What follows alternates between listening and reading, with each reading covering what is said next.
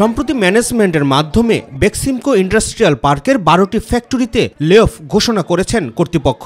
Layoff প্রত্যাহার করে ফ্যাক্টরিগুলো খুলে দেওয়ার দাবিতে বুধবার গাজীপুরে ঢাকা-টাঙ্গাইল মহাসড়ক অবরোধ ও যানবাহনে ভাঙচুর চালায় শ্রমিকরা। এমন পরিস্থিতিতে বিকেলে সচিবালয়ে আয়োজিত সংবাদ সম্মেলনে প্রতিষ্ঠানগুলোর সার্বিক চিত্র তুলে ধরেন শ্রম ও কর্মসংস্থান উপদেষ্টা এবং বেক্সিমকো ইন্ডাস্ট্রিয়াল পার্কের শিল্প প্রতিষ্ঠান শ্রম ও ব্যবসায় পরিস্থিতি পর্যালোচনা সংক্রান্ত উপদেষ্টা পরিষদ কমিটির আহ্বায়ক এম সাখাওয়াত হোসেন। বেক্সিমকো ইন্ডাস্ট্রিয়াল পার্কে অবস্থিত 32টি ফ্যাক্টরির বিপরীতে আবার নোট করেন 29,925 কোটি টাকা সহ বেক্সিমকো লিমিটেডের মোট ব্যাংক ঋণ আজকে প্রায় 40,000 কোটি টাকারও বেশি। এটা হয়তো আর কয়েকদিন পরে আমরা আরও এক্স্যাক্ট ফিগারটা দিতে পারবো।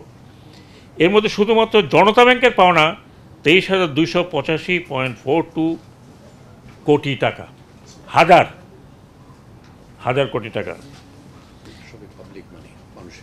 ম্যানেজমেন্ট অর্থাৎ মালিকরা এই অর্থ কোথায় নিয়ে গেছেন এটা আমরা এখনো বলতে পারবো না, বাট এই টাকা মনে করা হয় যে দেশের মধ্যে নেই, থাকলে হয়তো আমরা জানতে পারতাম। তিনি অভিযোগ করেন উদ্দেশ্য প্রণোদিতভাবে রাস্তা অবরোধ ও গাড়ি ভাঙচুর করা হয়েছে। বেশ কিছুদিন মোটামুটি তাদের সাথে কথাবার্তা বলে আমরা একটা শান্ত পরিবেশে ছিলাম। হঠাৎ গতকালকে বা তার আগের দিন তারা একটা সমাবেশ করে বলছে যে তাদের কাছে 3টা দাবি, এবং যেই দাবিগুলো আমার মনে হয় যে কোনো সরকারের পক্ষে মিটা সম্ভব নয় এবং অত্যন্ত অযোগ্য। সংবাদ সম্মেলনে বাণিজ্য উপদেষ্টা শেখ বশিরউদ্দিন বলেন, সরকার এতদিন আন্তরিকভাবে চেষ্টা করেছে ফ্যাক্টরিগুলো চালিয়ে নেয়ার।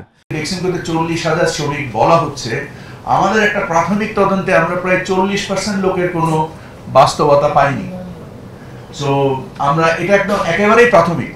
সো অনেক তথ্য তৈরি করা হচ্ছে উত্তেজনা সৃষ্টি করার উদ্দেশ্যে, এবং এই উত্তেজনার ক্ষেত্রে আপনারা যারা মিডিয়াতে কাজ করেন আপনারা অনুসন্ধানী সাংবাদিকতা করে প্রকৃত সত্যকে উদ্ঘাটিত করবেন এবং দেশকে সাহায্য করবেন বলে আশা রাখি। রাকিব হাসান, মাই টিভি, ঢাকা।